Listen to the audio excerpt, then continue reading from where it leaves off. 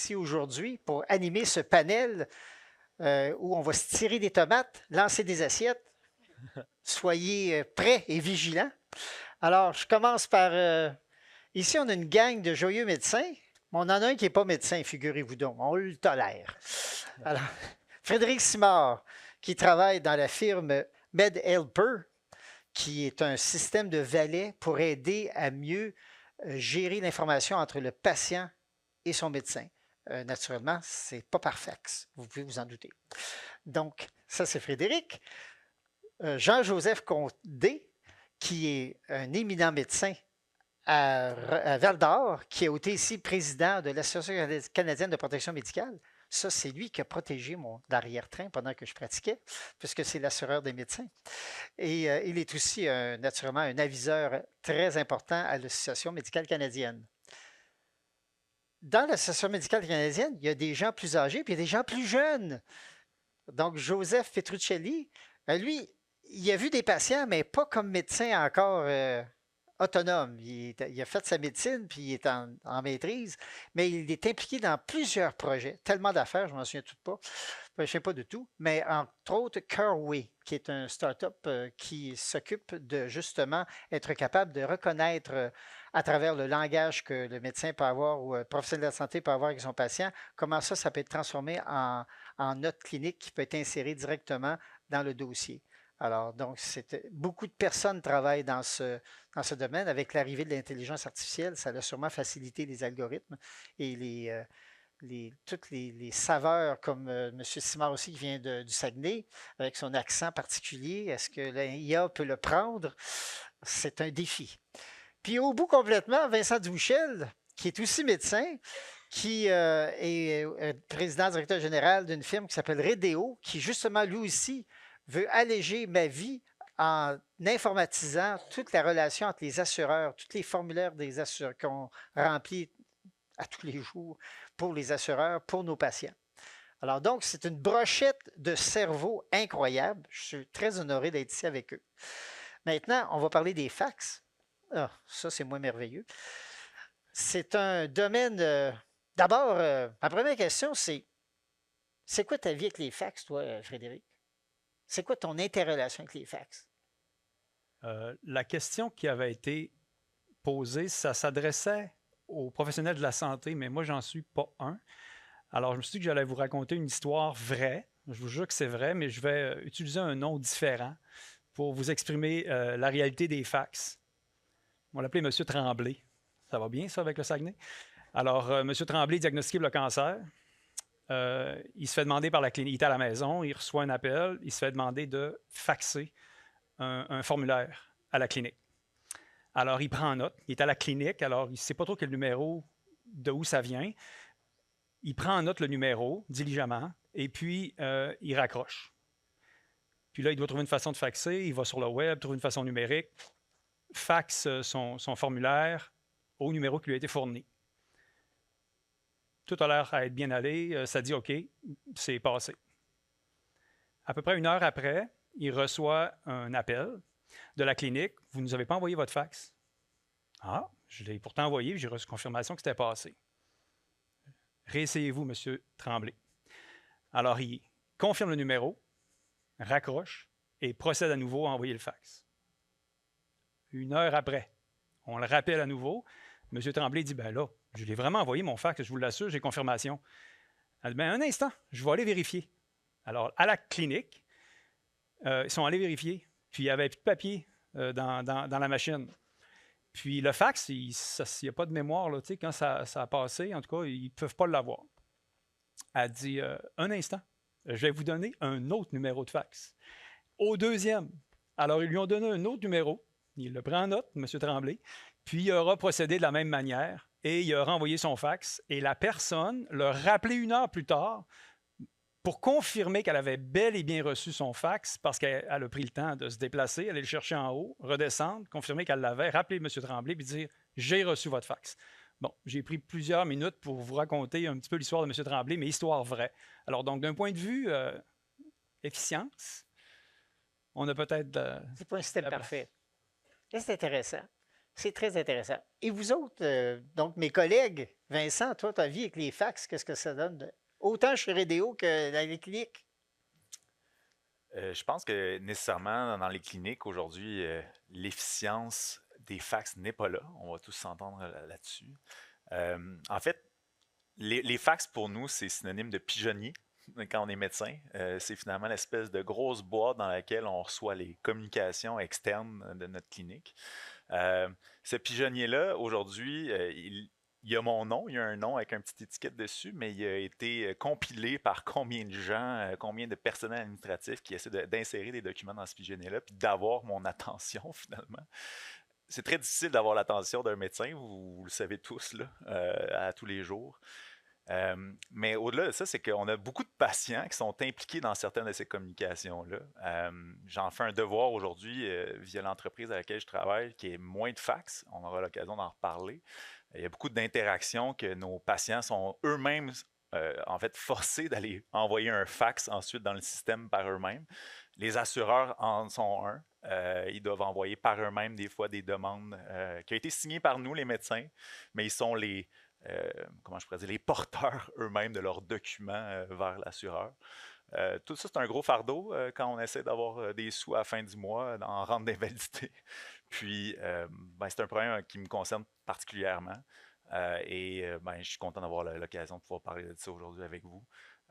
Notre pigeonnier, c'est un fardeau, vous comprendrez. Puis, il y a des manières de l'automatiser. Puis d'ailleurs, je pense qu'on va pouvoir en parler aujourd'hui. Puis dans Redéo, as-tu beaucoup de fax? Aïe, aïe, aïe. Donc, imaginez, par exemple, je ne sais pas s'il y en a quelques-uns d'entre vous qui sont dans le système de la santé, qui ont des employés, des gens en invalidité.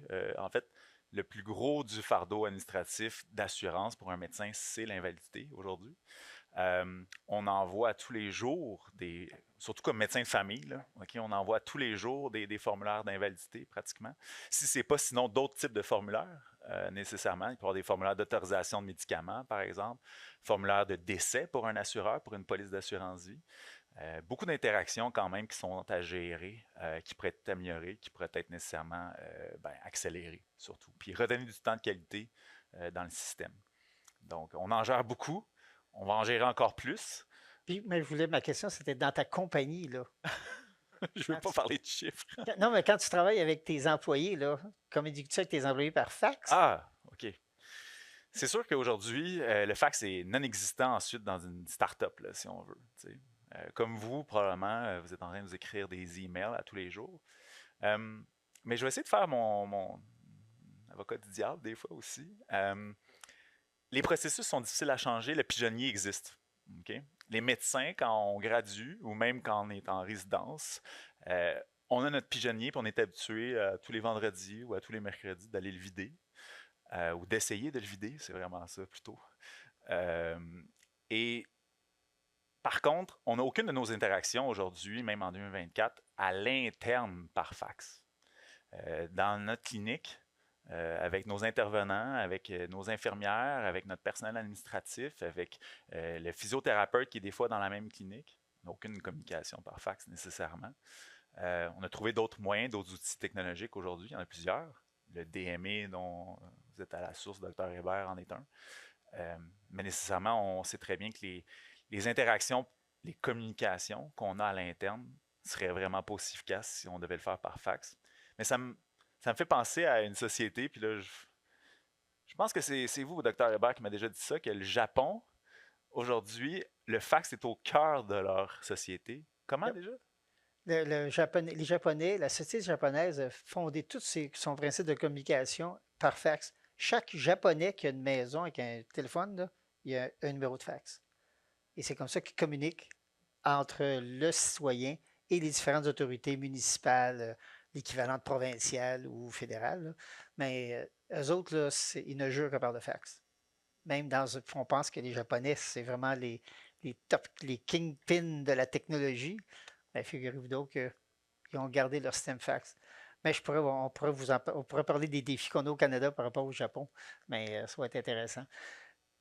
Mes deux chers collègues, Jean-Joseph, toi, à Val-d'Or, les fax, comment tu vis ça? Les fax, comme vous l'avez dit, c'est une triste réalité. On en a besoin, puis on en a besoin parce qu'on fonctionne avec ça. C'est ce qui nous permet de communiquer avec, dans le réseau, avec les hôpitaux, malheureusement. Et comme l'histoire de M. Tremblay, c'est que c'est pas fiable. C'est ça mon gros problème avec le fax. Et M. Tremblay a été chanceux parce que 2 heures après, il savait que son fax n'était pas passé. Moi, la semaine dernière, donc j'ai un patient à qui je prescris une coloscopie. Je prescris ce test-là il y a 3 mois. Je le fais sur mon DME. Et là, donc, le patient a un test de Rossi de sang dans les selles positives. Ça lui prend une coloscopie pour éliminer un cancer du côlon. Je remplis la demande de coloscopie électroniquement sur mon ordinateur et ça part à l'hôpital. Et donc, je reçois une confirmation comme quoi la demande de coloscopie a été faxée à l'hôpital par mon système informatique. Ne vous en faites pas, monsieur, vous allez être rappelé d'ici 60 jours pour votre coloscopie. Tout le monde attend, moi, j'en entends plus parler, le patient n'en entend plus parler, et au bout de 3 mois, il me revoit. Ah, mais ma coloscopie, j'ai jamais eu d'appel de l'hôpital. Ah oui? Et là, je regarde, ben, pourtant, votre demande est bien partie, vous étiez là, puis j'ai la confirmation qu'elle est partie.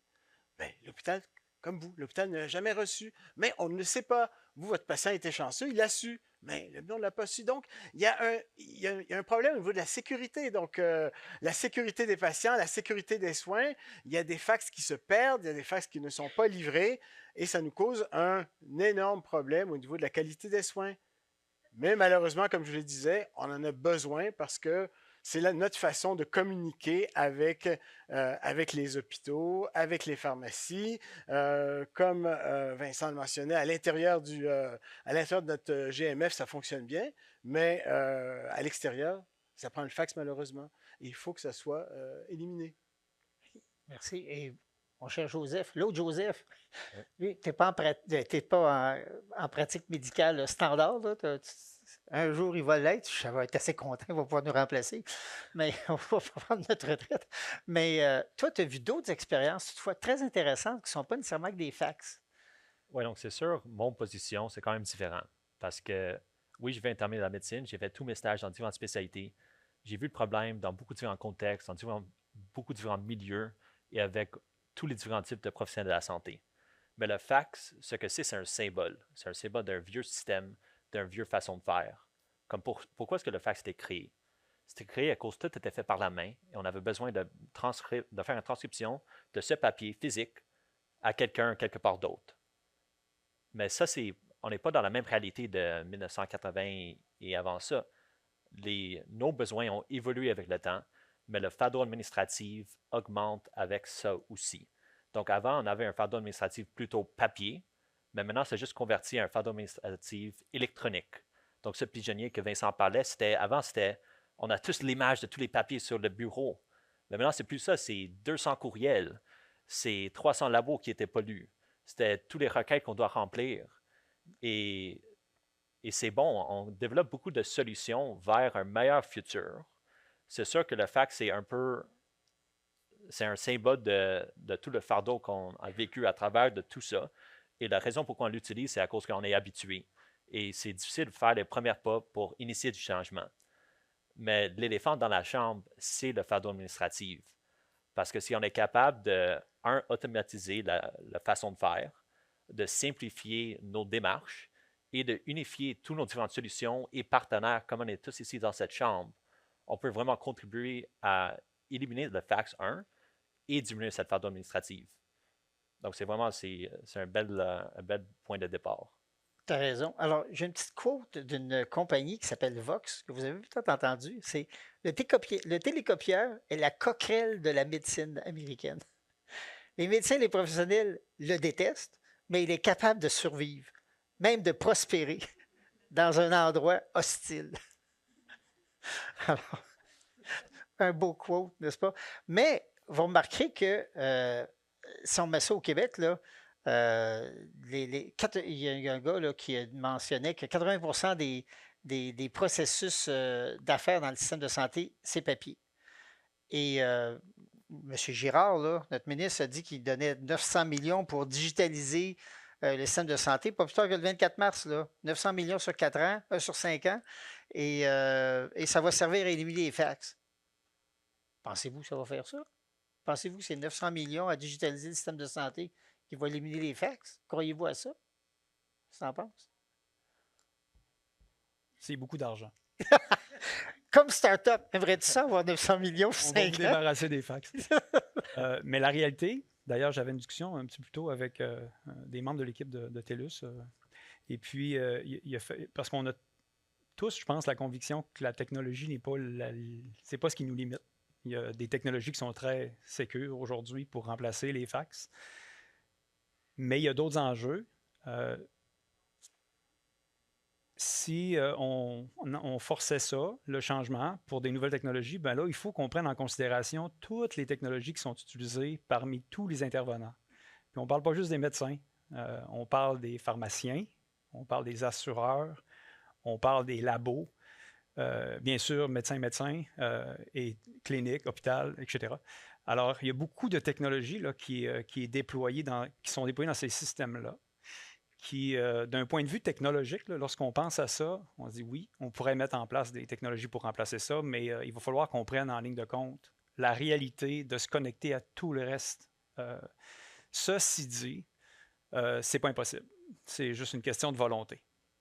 Qu'est-ce que l'AMC pense de ça, Jean-Joseph? Frédéric a tout à fait raison. Le problème, il met le doigt sur le problème. Le problème, pourquoi on se sert du fax aussi souvent, c'est le problème d'interopérabilité des systèmes. Et ce n'est pas seulement un problème québécois. L'Association médicale canadienne, on est partout au Canada. Dans toutes les provinces du Canada, c'est le même problème. Une clinique ne peut pas parler à une pharmacie, ne peut pas parler à un hôpital. Moi, à Val-d'Or, je peux encore moins parler à mon patient qui a été hospitalisé au CHUM à Montréal. Les systèmes ne se parlent pas. Alors, tant qu'on n'aura pas réglé le problème d'interopérabilité des systèmes, on aura besoin du fax. C'est pas normal que moi, je sois capable de générer un formulaire électroniquement, mais le formulaire, lorsqu'il doit être livré à l'hôpital, lorsqu'il doit être livré à la pharmacie, il doit être imprimé. Nous, à notre clinique, on n'est pas une grosse clinique, 8 médecins, 2 IPS, on passe 10 000, 2 boîtes de 5 000 feuilles de papier par mois. L'impression, c'est quoi? C'est des fax qui rentrent. Alors, tant qu'on n'aura pas réglé, touché à ce problème d'interopérabilité, on aura malheureusement besoin du fax. Qu'est-ce que tu en penses, Vincent? Pour être franc, je bâtis la technologie à tous les jours depuis maintenant 10 ans. Okay? Puis, j'ai travaillé sur plusieurs projets et il y a quelque chose qui en fait, qui est un non-dit aussi, c'est que le fax, ça coûte pas cher. On veut le remplacer tous. On a toute la conviction, justement, qu'il va y avoir moins de pertes, qu'il va y avoir justement moins en fait, plus d'efficacité. Mais au final, c'est que ça coûte pas cher un fax. Okay? Oui, on est allés tous au Best Buy, on a vu les imprimantes, on a vu les fax, on est capable d'appeler chez Bell, puis de se prendre une ligne de fax, puis de recevoir des fax. Ça, c'est en soi une des limites en ce moment à remplacer le fax. Okay? La ligne téléphonique est là depuis, les années 40 là, environ. Ben, le fax est nécessairement lié à cette condition-là. Aujourd'hui, on a de moins en moins de communication par notre ligne téléphonique. Je pense qu'aujourd'hui, on est tous sur notre cellulaire, on n'a plus de téléphone à la maison. Mais nécessairement, le fax a pris forme grâce à ça, grâce à ces réseaux de télécommunications-là qui sont aujourd'hui aussi peu chers. L'infrastructure a été mise en place historiquement grâce à ces réseaux téléphoniques-là. Puis aujourd'hui, ben, il faut essayer de remplacer, puis même comme entrepreneur, puis on est 2 ici, là, 3 en fait, sur le panel, vous comprendrez que nécessairement, créer de la technologie, que ça soit de moins en moins cher aujourd'hui, ben, ça coûte quand même quelque chose. Okay? Quand on veut essayer d'aller l'implanter ensuite dans le système de la santé, avec toutes les meilleures solutions du monde, nécessairement, il faut qu'il y ait des modèles d'affaires derrière qui puissent faire fonctionner à la fois les entrepreneurs puis essayer en fait, de nourrir ces employés-là qui nous ont aidés à bâtir cette technologie-là nécessairement. Donc, tout ça, c'est une roue qui tourne. Puis, lorsqu'on arrive avec une solution, il faut quand même peser le pour et le contre. Et malheureusement, des fois, ça va être au niveau pécunier que ça va se passer. Cependant, le niveau pécunier ne devrait jamais être au détriment de la qualité des soins qu'on fait, ni de en fait, la certitude que notre patient va avoir le traitement dont il devrait avoir. Donc, puis c'est là qu'il va falloir qu'on se pose comme société une question à dire, justement, cet investissement-là en vaut la chandelle. Parce que pour tous les gens qui, justement, n'ont pas eu les soins, qui n'ont pas eu, justement, le fax de Dr. Condé pour la colposcopie, ben, ces gens-là, si on le regarde, ben, c'est quelqu'un à côté de nous qui n'est pas dans la salle peut-être aujourd'hui, okay, en train d'écouter cette conférence-là. Mais au-delà de ça, c'est des gens qui sont réhospitalisés ou qui ont besoin de plus de soins avancés finalement parce que la colposcopie de Dr. Condé, ben, finalement, elle était censée prévenir un cancer qui était en train de suivre son cours. Donc, il y a des décisions économiques derrière, il faut s'y pencher, mais nécessairement, on a quand même beaucoup à tous pouvoir dire, OK, c'est quoi les avantages, c'est quoi les inconvénients, et comment est-ce qu'on est prêt à mettre dans la balance pour payer justement la technologie qui va nous aider à remplacer ça. Alors là, c'est un très bon sujet. En passant, j'aime ça ce que tu viens de dire, parce que, juste en passant, chez TELUS Santé, on a plus ou moins 35 000 médecins dont on s'occupe. Annuellement, on est entre 90 et 100 millions de fax qui sont envoyés. Et le défi, il y a à peu près 1% qui ne se rendent pas par défaut technologique. Pourquoi? Parce que les réseaux de téléphone, naturellement, on n'a pas un seul réseau de téléphone au Canada, il y en a plusieurs. Et quelquefois, ben, quand on passe d'un réseau à l'autre, il y a des problèmes techniques. Et il peut y avoir toutes sortes d'autres problèmes techniques qui font que juste le système filaire ne transmet pas le message. Donc, ce 1%-là, c'est énorme. Ça peut avoir des conséquences énormes chez certaines personnes qui ont besoin de soins. Alors, la grande question... Comme la switch, justement, dans le temps, quand il disait, OK, ça passe à tel... à tel oui, dans le temps, là. Oui, ouais. Les switchboards, en termes latins. Mais justement, Vincent, si je posais la question à Joseph ou à Jean-Joseph, tu sais, dans vos cliniques, là, on paye le fax. Hein? Moi, dans ma clinique, je paye le fax, puis je paye les affaires. Si on change le fax, c'est-tu le médecin, le médecin / la clinique ou les professionnels de la santé qui devraient assumer le coût du changement technologique? Donc, pour parler de tout ça, c'est sûr que ça, c'est tous des points super pertinents. Est-ce que 900 000, c'est assez? L'interopérabilité de tous ces différents systèmes, le pratico-pratique de faire ces innovations et tout ça. C'est sûr, on a besoin d'une approche systémique pour changer la façon qu'on fait des choses. Parce que chaque type de bloc qu'on essaie d'optimiser va causer d'autres problèmes à travers de toutes les autres lignes des affaires. Et on est tous concentrés un peu sur des différentes problématiques autour de cette fardeau administrative. Oui, ça peut-être le fax est comme cheaper si on regarde ça d'un coût direct par rapport à la machine, le papier et tout. Mais si on regarde le taux de burn-out qui est associé aux médecins, les médecins qui ne veulent pas continuer à pratiquer, qui mettent la retraite tôt ou qui réduisent leur charge de clients ou de patients qu'ils voient, c'est tous ou tout autre problème, comme vous dites, par rapport aux fax qui ne se transmisent pas, les impacts négatifs sur les patients. C'est des choses que ça continue, et probablement à la fin de la journée, les coûts sont beaucoup plus élevés que si on avait un système qui pourrait être capable d'enlever ces erreurs. Donc, c'est sûr, moi, problématique que moi, je suis concentré avec Kerway, c'est plus par rapport à le faire de ces documents. C'est oui, on peut enlever le fax, OK, mais ça veut dire qu'on doit réimaginer la façon qu'on fait les notes. Comment est-ce qu'on fait les notes d'une façon efficace et comment ensuite on communique avec les autres solutions d'une manière efficace. Parce que ça, c'est toutes les choses qui s'ajoutent à la fin de la journée. C'est toutes les choses qui contribuent à cette pigeonnier électronique qu'on a.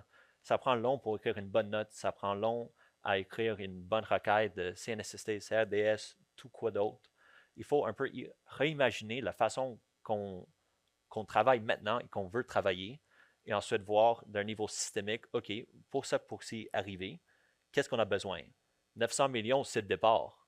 C'est sûr, on a besoin d'un certain overview et financement des solutions comme on a, il y en a plusieurs d'autres. Mais après, c'est voir comment est-ce qu'on peut s'aligner ensemble pour vraiment y arriver à la fin de la journée. Et là-dessus, je pense que tu touches un point important, Joseph, c'est-à-dire que le fax, Michel, c'est une petite partie du problème. Et aussi, au Québec, on est très touché, l'accessibilité aux soins de santé. Mais l'accessibilité aux soins de santé, c'est le fardeau médico-administratif des médecins.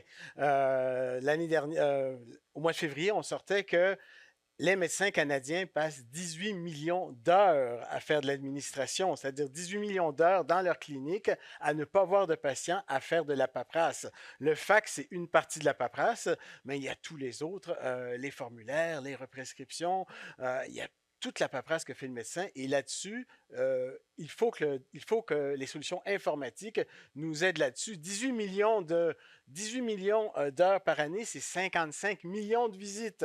C'est-à-dire c'est 55 millions de Canadiens qui auraient pu avoir une rencontre avec le médecin si le médecin n'était pas pris en train de faire de la paperasse. Donc oui, il faut s'attaquer au fax, mais il faut s'attaquer à l'ensemble, tu as tout à fait raison, Joseph, à l'ensemble du problème du fardeau administratif qui épuise nos médecins. Et tu as tout à fait raison, c'est exactement les chiffres de l'AMC. 60% de nos médecins au Canada, même chiffre au Québec, souffrent d'épuisement professionnel et 70% identifient la surcharge administrative comme une des causes de leur épuisement. C'est très intéressant. Puis effectivement, quand on regarde la pratique médicale, que ce soit un médecin, une infirmière, un physio, toute la fonction administrative s'est alourdie. Chaque département a plusieurs règles maintenant, tout le monde essaye de pouvoir avoir le patient qui est référé avec plus de détails pour qu'on puisse ils puissent eux autres déjà les caser ou les pré-sélectionner dans ce qu'ils font. Avant, on pouvait envoyer, je vais exagérer, mais j'envoie un patient à l'urgence, il a mal au ventre. Bon. Là, c'est plus ça, là. On ne peut plus faire ça de même, là. Il faut vraiment préciser ce qu'on veut, parce que c'est ça, il va avoir un grand stresseur, on va se faire appeler, on va dire, écoute, fais plus ça, là, c'est plus de même, ça marche. Alors, donc, poser un diagnostic, c'est pas compliqué. C'est le plan de traitement qui c'est extrêmement compliqué, surtout lorsqu'on doit faire affaire avec d'autres. Mon cher Frédéric, tu écoutes ça, là? Toi, qu'est-ce que ça te dit comme start-up par rapport à ce que tu fais dans MedHelper? Bien, chez MedHelper, on a développé une plateforme qui permet l'assignation et le suivi de devoirs, tâches, documents, instructions qui viennent avec pour mieux engager le patient. Puis, dans le processus, bien, c'est pour générer des gains en clinique, en amont et en aval pour les professionnels de la santé, tous les types de professionnels de la santé en clinique. Il y a quelques points que je veux soulever par rapport à ça. Le premier, c'est que nous, on a visibilité, je crois, à plusieurs technologies, là, puis on n'est pas les seuls, là, qui sont très sécurisées, compte tenu qu'on a une intégration avec le DME et que l'information doit se rendre du DME directement au patient et vice-versa. Alors, il y en a des technologies sécurisées, homologuées, pour transférer de l'information des plus sensibles. Alors, de ce point de vue-là, clairement, la technologie est là, puis nous, on vit avec à tous les jours. Alors, du point de vue de MedHelper, c'est vraiment notre réalité. Et on voit des opportunités de tirer profit de plateformes technologiques qui sont disponibles pour transférer de l'information. Puis là, je vais au-delà de ce qu'on fait nous, là, mais tous les logiciels de gestion de pratique en pharmacie, les DME, là, en clinique et autres environnements chez les assureurs sont super sécurisés, puis sont efficaces, mais ne sont pas optimisés pour parler les unes envers les autres, mais sont existantes, sont là, puis il y a des millions de dollars qui ont été mis dans le développement de ces technologies-là. Les startups, on en met de l'argent dans des plateformes qui sont fournies par les gros Amazon et Azure de ce monde, Microsoft. Alors, il y en a des options pour tirer profit de la technologie, là, pour déplacer de l'information. J'en reviens à, c'est une question de volonté et d'interopérabilité entre les systèmes. Puis ça, bien, ça va demander de l'orchestration qui vient d'en haut. Puis après ça, bien, du support.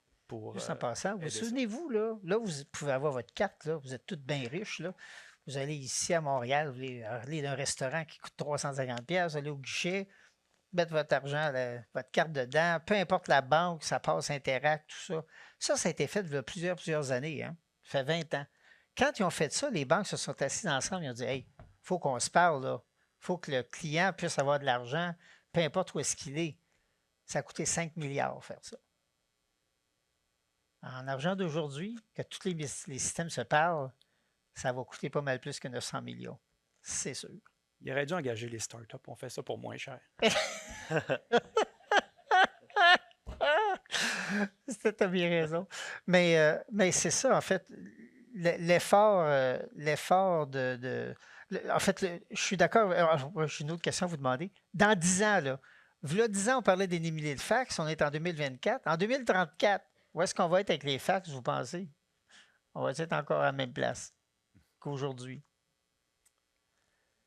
Ça va dépendre de la volonté politique et de la volonté des startups, des compagnies d'accepter de se parler entre elles, parce qu'il y a aussi une question de part de marché. Hein.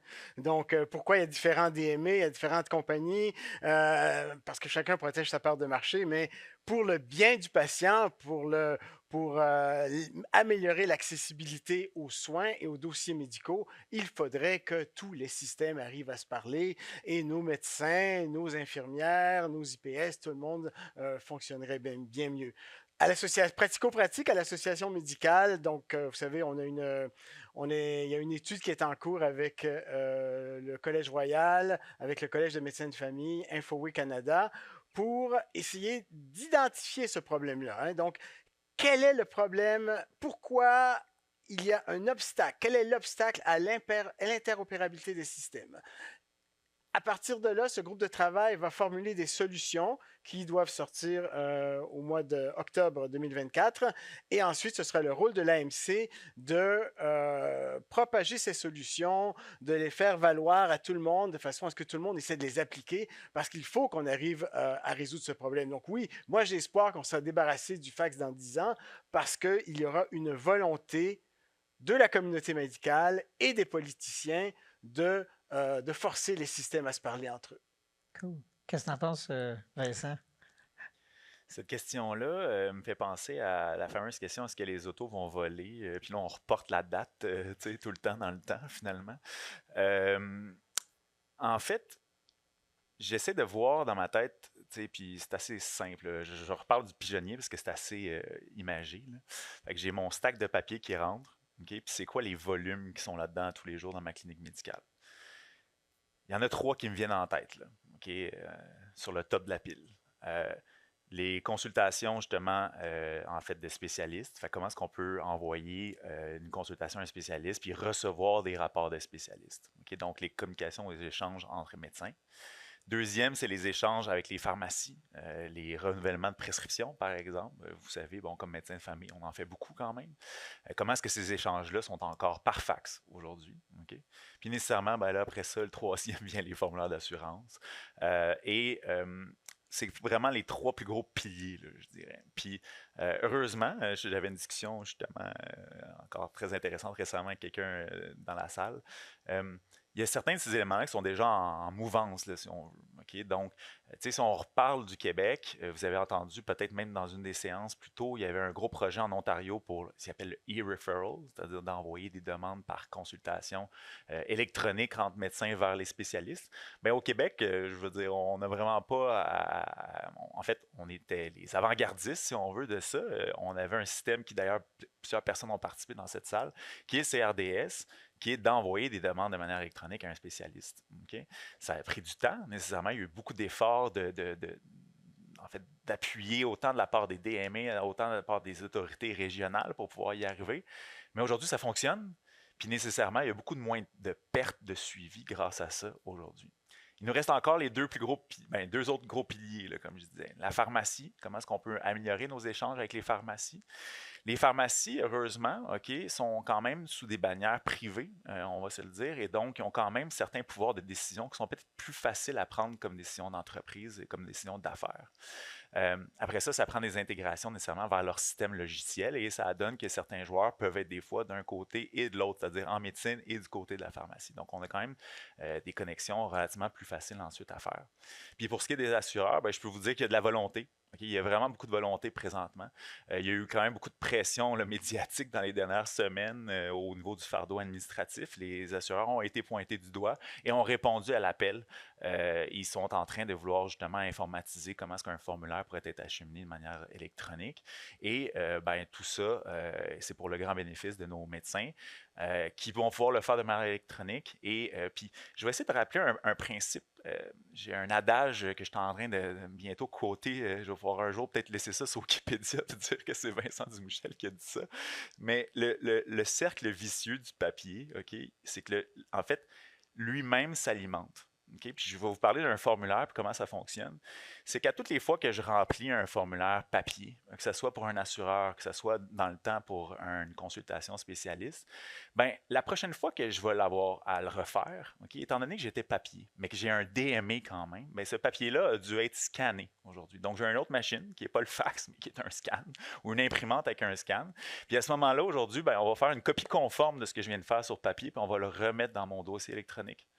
Ben, la prochaine fois, malheureusement, il va falloir que je le refasse papier parce que c'est rendu une image immuable PDF à partir d'aujourd'hui.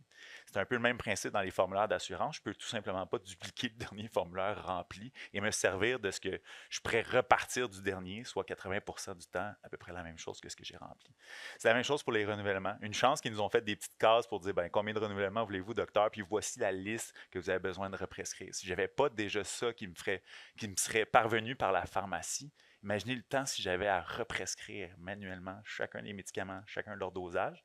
Et je peux vous dire, au Québec, on est en avance pas mal là-dessus aussi. On a un DSQ, on a quand même des outils qui sont là, qui sont en place pour nous aider à justement imprimer une liste de médicaments, repartir de cette liste-là, peut-être represcrire à même cette liste-là. Je peux vous dire que ce n'est pas toutes les provinces qui ont ça encore aujourd'hui. Les provinces de l'Atlantique n'ont pas un système comme celui-là encore. Donc, on peut quand même des fois se donner des tapes dans le dos. On a fait des bonnes décisions. Ça a pris du temps, mais on est quand même sur la bonne voie. Hey, Joseph, toi, Ouais. ton avenir s'en vient, là. Mais Penses-tu honnêtement, que l'aiguille va bouger en 10 ans? euh, donc c'est sûr que en réalité, est-ce que le fax va encore être là dans 10 ans? Probablement. Est-ce que ça doit être notre réalité? Non, pas du tout. Vincent, j'ai quelque chose à vous dire par rapport à tout ce que vous avez dit. On a déjà une solution pour ça aussi. C'est ça exactement qu'on fait à Corway aussi. Euh, c'est écouter ce qui est dit pendant la rencontre et faire le remplissage automatique de PDF. Euh, donc, c'est sûr qu'il y a beaucoup de solutions qui sont déjà là en pratique. Je pense, pour y arriver à notre solution, ben, à notre rêve d'enlever le fax, de rendre tout ce processus streamline, automatisé d'une façon efficace, il faut diminuer les barrières de friction à commencer à faire ces changements. Donc, c'est quoi ces barrières de friction? Oui, on a parlé de l'aspect monétaire, qui va payer, comment est-ce qu'on va financer tout ça, est-ce que c'est vraiment moins cher? C'est les startups ici et d'autres innovations qui commencent à prendre du traction avec les besoins qui évoluent au fil du temps. C'est par rapport à la gestion du données, ce qui était une des raisons pourquoi tous les DME étaient vraiment un peu siloed, où tout le monde était vraiment par eux-mêmes et les cliniques ne veulent pas partager leurs informations et tout. C'est sûr que on doit penser aux patients et les données du patient sont à eux. Mais pour leur donner le meilleur soin, il faut communiquer ces données aussi. Donc, c'est un peu de penser à tous ces différents points de friction et établir des plans pour les diminuer pour causer des changements. Comme nous, avec mes expériences avec Earthway et aller dans, je ne peux même pas vous dire combien de GMF j'ai parlé et essayer d'intégrer des nouvelles innovations, même dans l'hôpital, dans d'autres hôpitaux, dans d'autres contextes.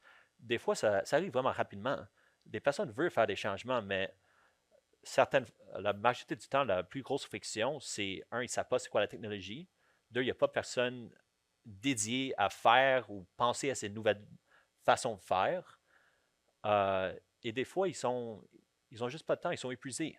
Donc, si on travaille une clinique à la fois et on fait ça d'une manière efficace, mais la base de la façon qu'on se coordonne est efficace et faite de la bonne façon, c'est sûr des choses vont évoluer d'une façon qui va être vraiment prospective pour tout le monde.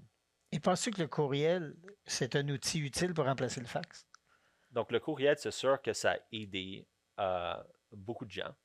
Mon expérience avec le courriel, c'est bon, mais c'est pas bon aussi. Je travaille à McGill dans la clinique d'oncologie orthopédique et il y a beaucoup de fois où le transfert d'une équipe à l'autre se fait par courriel et ça arrive vraiment il y a beaucoup de patients qui s'échappent, les personnes ne livrent pas leur courriel ou se vont dans spam ou quelqu'un oublie à envoyer le message. C'est pas la solution et on voit les conséquences à tous les jours à cause de ça. C'est sûr que c'est peut-être meilleur d'autres solutions, mais pourquoi est-ce que le courriel ne fonctionne pas? C'est à cause que la pression s'est mise sur le professionnel de la santé d'écrire ce courriel et de l'envoyer. Donc, c'est toujours prendre les données et le plan d'entraînement qu'on a déjà conçu et le donner aux bonnes personnes au bon moment d'une façon efficace. Et ça, c'est un jeu de start-up, ça, c'est un jeu d'évoluer avec les besoins d'interopérabilité, de gestion et coordination d'équipe. Donc, peut-être ça, c'est pas la solution pour maintenant. C'est sûr que ça peut aider, mais c'est sûr qu'il y a des meilleures façons de faire. Ça, c'est intéressant. Donc, on ne va pas remplacer une solution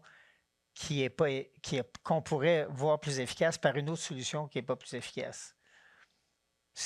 As-tu un commentaire là-dessus, mon cher Frédéric?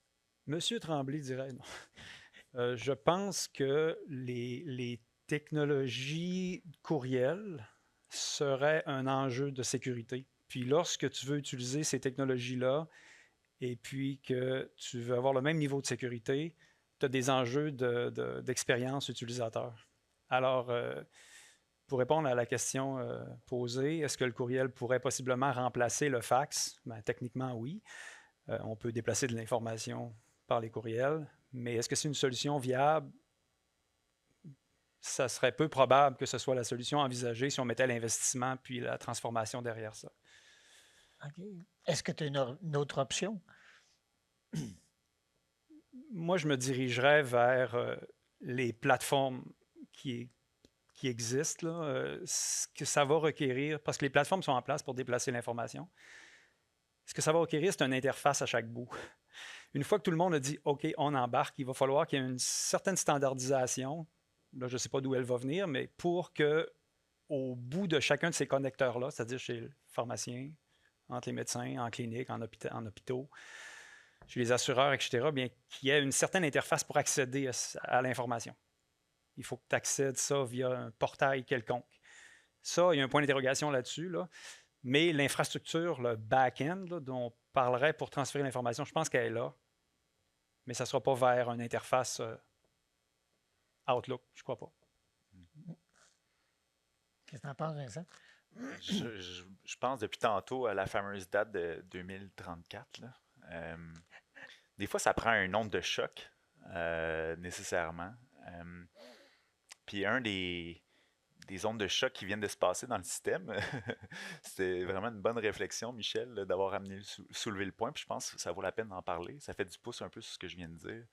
Vous savez qu'en date du mois de mars, les consultations en fait, qu'on envoie aux spécialistes de la première ligne, des médecins de famille, doivent absolument tous passer par la plateforme électronique du CRDS et donc ça soit de manière digitale. Ils ont donné un deadline, puis on dit on ne reçoit plus de fax, on ne traitera pas les fax, la ligne est littéralement coupée. Okay? C'est à peu près ça que ça voulait dire. Est-ce qu'il faut une manière drastique d'y arriver? Est-ce qu'il faut imposer une date limite pour y arriver? Un horizon de 10 ans, 2034, c'est quand même relativement raisonnable pour y arriver. C'est peut-être cette onde de choc-là que ça va prendre. Nécessairement, ce ne sera pas Vincent Dumouchel ni peut-être le Dr Hébert qui va prendre la décision de cette fameuse date. Mais si on n'a pas cet objectif-là, puis on est prêt à se donner une date limite, ben vous savez, comme moi, quand on étudiait la veille pour des examens, on n'aurait jamais étudié pour cet examen-là si on ne l'avait pas le lendemain. Donc, c'est un peu ça qu'il faut installer comme sentiment d'urgence. Ça a été fait de manière... bon, il y a des cadres, on est capable de légiférer pour y arriver.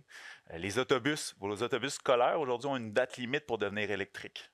Okay? Ça a été dit au Québec, il va y avoir des autobus électriques pour tous les autobus scolaires. Donc, le renouvellement de la flotte est en cours. Toutes les compagnies, toutes les entreprises sont obligées de prendre des décisions pour y arriver. Et c'est un peu le même genre d'onde de choc peut-être qu'on aurait besoin pour y arriver justement à remplacer le fax.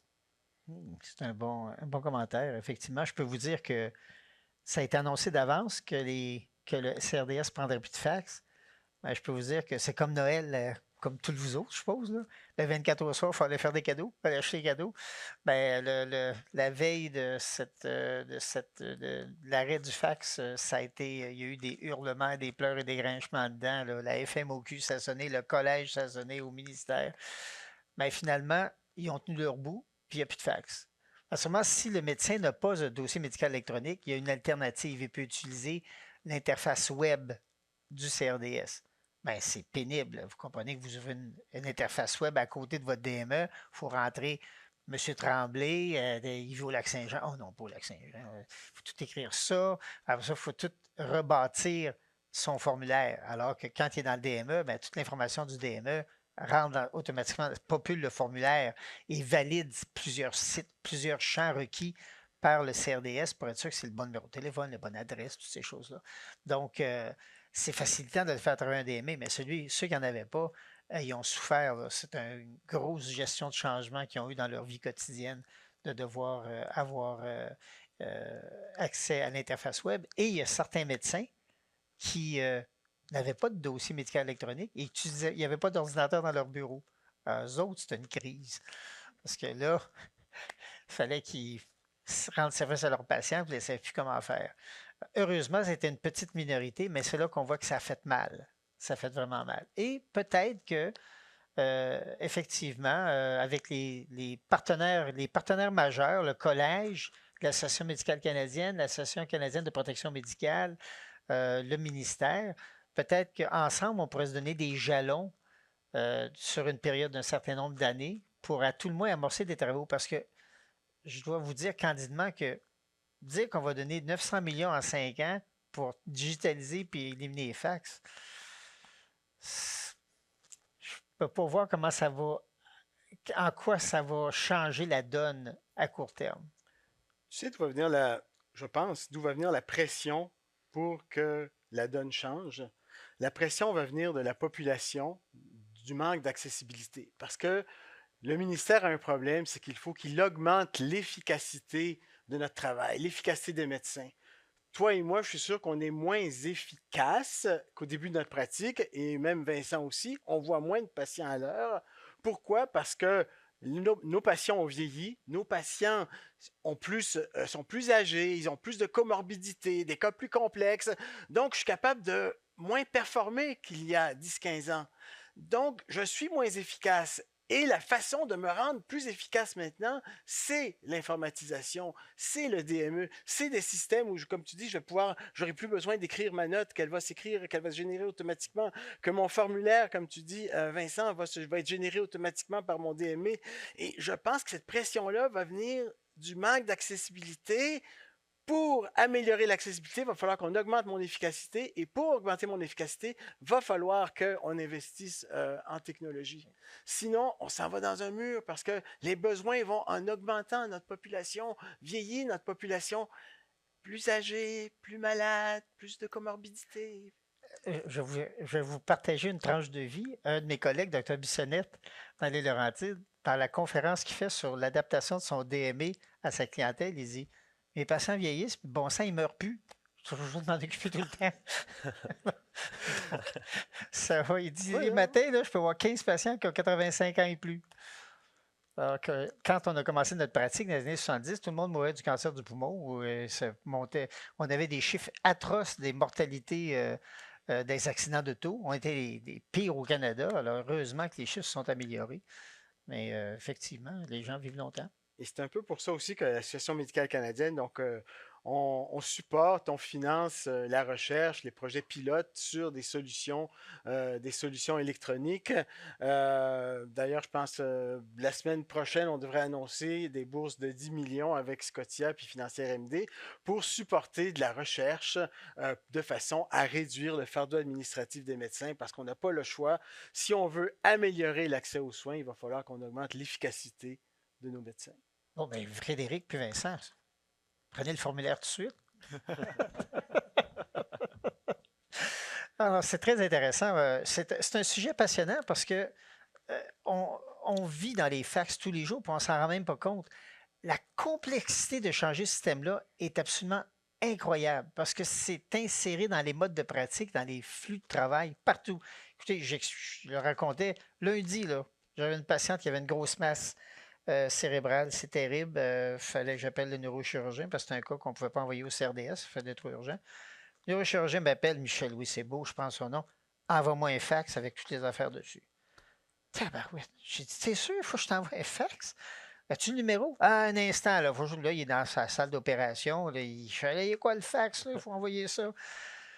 C'est un acte de grâce, là. Je veux dire, c'est une prière. J'espère que c'est le bon fax. J'espère que ça va se rendre. Je ne sais pas pantoute où c'est, là. Et c'est pas à lui que ça va, ça, là. Ça va en quelque part dans le nuage du département de neurochirurgie. C'est un acte de foi. Alors, je me dis, ça se peut-tu qu'en 2024, moi qui ai fait un DME, je suis encore pogné à envoyer un fax? Ça n'a pas de bon sens. Mais on est là. Et moi, je suis effectivement pas très optimiste à ce que l'aiguille bouge si on ne se met pas des jalons. Autant l'industrie privée que le système public, que les organismes qui gouvernent tout le système de santé autour, qui ont la gouvernance, comme l'AMC ou la Fédération des collèges. Voilà. Il reste 9 minutes. Il y a peut-être des gens qui ont des questions. Peut-être que non. On disait peut-être tout endormi. Ah, c'est ça se peut très bien. Oh, il y en a un là, qui a une question. Ah, il y a un micro là-bas. OK. On va la répéter Mais c'est après. parce que nous, on est vieux, on est tous sourds, on n'entend On rien. t'entend.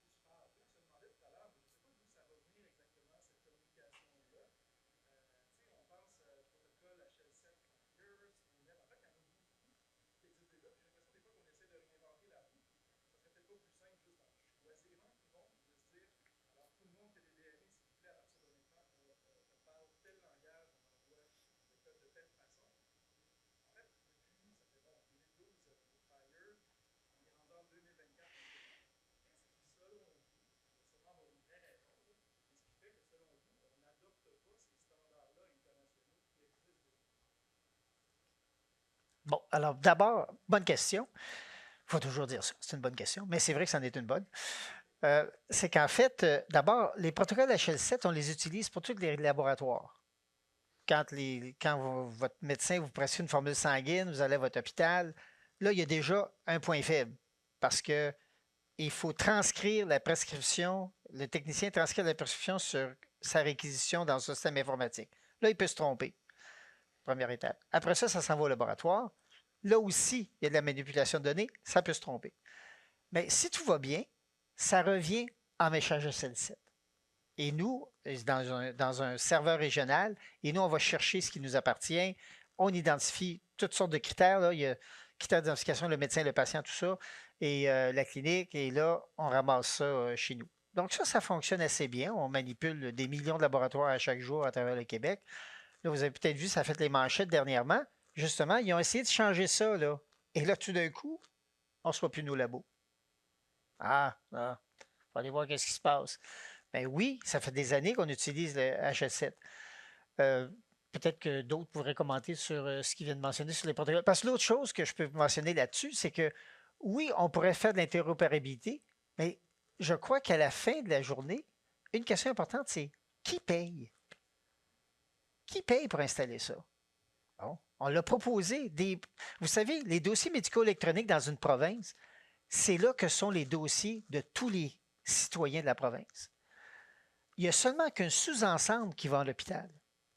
Mais en soins primaires, dans les dossiers médicaux électroniques, les 8, quasiment 9 millions de Québécois ont leur dossier. En Ontario, c'est la même chose parce que quelqu'un un jour voit un médecin dans un sans rendez-vous où il y a un médecin de famille ou il va d'une autre clinique, mais ils ont des dossiers électroniques. Et les enfants qui sont nés depuis, mettons, une quinzaine d'années, ils n'ont que des dossiers électroniques, eux autres. Ils n'ont jamais eu de dossier papier. C'est une puissance extraordinaire, c'est une grande réussite. Mais effectivement, ça meurt dans les dossiers parce que quand on leur suggère d'améliorer la communication, ben, on n'a pas l'écoute de l'autre côté. C'est une question d'argent. C'est pour ça que j'ai posé la question. Moi, ça devrait être le médecin qui paye ça. On devrait-tu dire tous les dossiers médicaux électroniques, on fait comme Vidéotron. Ben là, on se met tout ensemble. Là, on va décider que ça va coûter 25$ par année pour tous les médecins. C'est quoi ça? Ben ça, c'est en dehors de votre DME, c'est le flat fee pour avoir une communication entre nous autres. Voilà. Ça, c'en est une option qui est bold, mais je la mets sur la table pareil. Vas-y. J'aimerais faire un commentaire. C'est un super bon point. Les protocoles, ils existent. sont standardisés, sont utilisés même pour déplacer l'information. Puis nous, même, on les utilise chez nous. Ça facilite l'interopérabilité. C'est clair, parce que tous les systèmes se parlent en utilisant les mêmes structures, les mêmes langages, de la même façon, la même grammaire. Mais ça revient à pourquoi on ne le fait pas. Il existe, les infrastructures sont là. Pourquoi on ne les utilise pas? Ça revient à la volonté. Puis ça nous ramène toujours à 2034. Puis lorsqu'on se pose la question pourquoi qu'on remplacerait les fax? Il y a les fax qui ne passent pas. C'est clairement un enjeu social et d'éthique. Mais il y a également le fait que, imaginez, il y a une société qui roule sur les fax. Les fax, c'est des données statiques. Oui, peut-être que l'intelligence artificielle va lire les données statiques un jour, là, mais c'est une banque de données d'une richesse inouïe parce qu'on a à peu près l'information qui circule dans tout le système de santé de façon exacte. Alors, demain matin, si on était capable d'accéder à cette information-là, on serait capable de prendre des décisions encore plus éclairées à tous les points, sur tous les nœuds de notre écosystème. Alors, le vecteur de force, possiblement, qui va nous pousser à prendre une décision ferme, c'est l'opportunité perdue ou manquée de pouvoir avoir accès à cette information-là, ces données-là. Je me mets à la tête là, du ministère puis du Santé Québec. C'est difficile de prendre des décisions éclairées lorsque tu n'as pas toutes les données, mais ces données-là, ils sont vraiment manquantes et on pourrait y accéder de façon numérique. Alors, à suivre. J'ai une petite affaire à vous dire là-dessus. Les messages HST puis les laboratoires, là, quand je dis vous êtes, mettons, à Montréal, puis vous allez dans l'hôpital de Montréal, ça rentre électronique. Mais si, par malheur, vous habitez à Montérégie, vous allez à la clinique de Montérégie pour faire votre prélèvement, ben, le médecin va recevoir ça par la poste. Parce que c'est une autre région. On va leur demander de décloisonner ça. Ah non, ça, on ne peut pas faire ça. Alors, voyez-vous comment on a des embûches à rendre disponibles même les technologies qui existent? Ils sont là, là. Ben, les médecins de Montréal criaient là, parce qu'ils voient leurs patients à Saint-Eustache, puis ils reçoivent leurs affaires par la poste à Montréal. C'est comment ça? Alors voilà. Donc, c'est ça. C'est pour ça que si on a un plan pour réaliser, déjà passer la gratte sur les technologies qui existent, qu'on utilise partout à gauche et à droite, puis faire un répertoire de ça, puis dire, ouais, mais tabarouette, on peut se connecter, là, regarde, dans notre coffre à outils, on a plein d'affaires. On n'est même pas rendu là. Alors, c'est pour ça que oui, vas-y. Question juste là. Oui, merci, je ne voyais rien.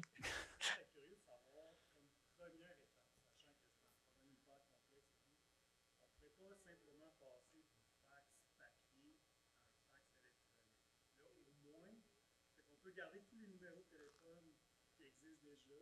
Le fax rentre électroniquement dans une boîte courriel. Puis une fois que le fax est dans une boîte courriel en PDF, on peut installer des sortes de logiciels de surveillance de la boîte courriel. Ensuite, on peut redistribuer ce qui rentre dans la boîte à la bonne personne. On peut mettre du AI là-dedans. Je suis curieux de savoir pourquoi cette solution-là, qui serait simple et qui coûte rien, en fait, parce qu'un fax électronique ou un fax papier, c'est le même. Est-ce que c'est possible de le faire? Si c'est possible, pourquoi c'est pas entamé déjà? Bonne question. As-tu une réponse? Le fax électronique, le courriel, pour moi, c'est tout dans la même gamme de technologies, quand même relativement disponibles. Le courriel, ça fait combien de temps qu'on utilise des courriels, right? Ça fait longtemps. Le fax électronique est venu il n'y a pas si longtemps, mais ça existe quand même depuis au moins une dizaine d'années. Okay, au moins une dizaine d'années. C'est dans ma tête à moi, ça revient toujours à. Puis là, on a un écosystème. Là. Déjà ici, il y a 5 représentants de différents écosystèmes, des entreprises privées, publiques, avec des systèmes informatiques, tous un peu différents. Il y a une facture, puis je pense que le message de Michel est quand même intéressant. Là, il dit combien ça va coûter faire ça. La facture va-t-elle revenir au médecin finalement? Nécessairement, chaque fois qu'on va vouloir faire, par exemple, une transition comme celle-là, d'aller, si on dit, OK, aujourd'hui, Santé Québec, le ministère, tout le monde dit, on s'en va vers le fax digital, OK? Il faut qu'il y ait une direction, il faut qu'il y ait probablement un mandatoire, des jalons dont on parlait tantôt, pour y arriver. L'écosystème n'est pas juste dirigé par 5 DME puis un ministère, par exemple, au Québec. Il y a beaucoup d'entreprises qui envoient de la donnée ou qui ressortent de la donnée d'une certaine manière ou qui ont des communications à faire. Ces entreprises-là doivent tous passer aux prochaines étapes, tout à peu près en même temps. Okay?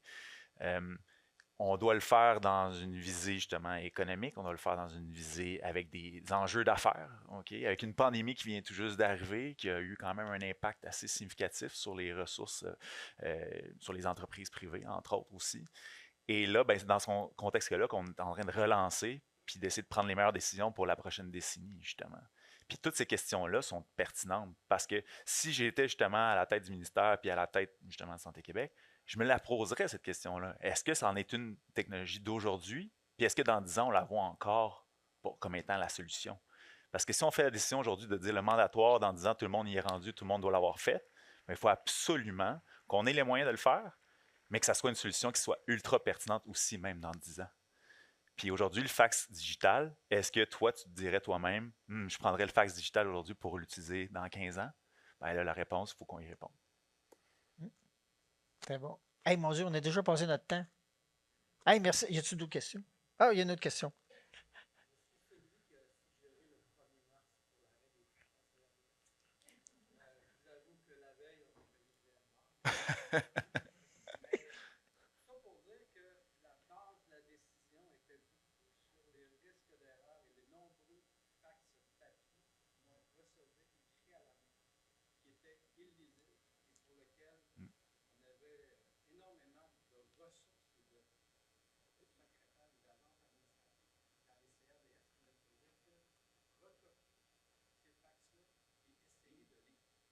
Ouais.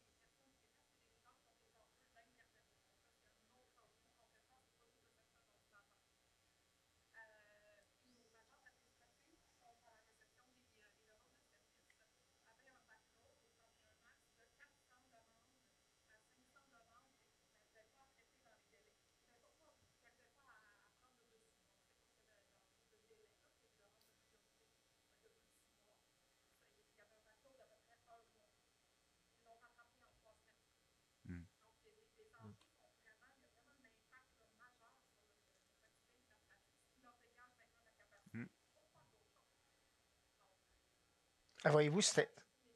Ben, en fait, j'en parle depuis tantôt, un deadline. Merci d'avoir mis un deadline à tous qui ont pris cette décision-là. Ça la force du changement, des fois, c'est soit qu'on part un petit mouvement puis ça devient une boule de neige, ou justement, on met un mur puis il faut frapper le mur. Donc, aujourd'hui, vous avez mis un deadline. Il y a eu des changements. Les pratiques ont été changées. Ça n'a pas plu à tout le monde. On ne plaira jamais à tout le monde, n'est-ce pas? Puis, des fois, au Québec, je pense qu'on a de la misère avec l'ingérence, right? De dire, je vais gérer ça à votre place, puis je vais prendre cette décision-là à votre place. Mais des fois, quand on a une aussi grande masse en inertie, il faut peut-être des fois couper.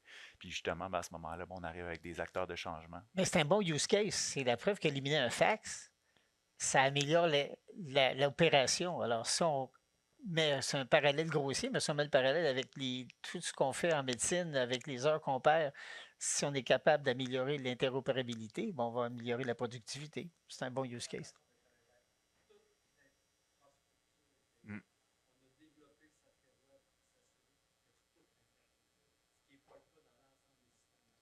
Absolument. Ouais. Oh, non, c'est un use case. C'est pour ça que j'ai appelé ça un use case, mais c'est la grande. Ce que j'avais tout à l'heure, c'est est-ce qu'on se met une date? Puis naturellement, il faut être prêt pour la date parce que vous n'avez pas laissé les usagers en blanc. Alors, ça, c'est logique d'avoir des pneus de secours. Là. En tout cas, hey, merci beaucoup tout le monde. de nous avoir écoutés. Merci aux panélistes. Yannick? Alors, en passant, c'est comme la chanson de Patrick Bruel. Dans 10 ans, on se revoit pour se parler de fax. Bonjour.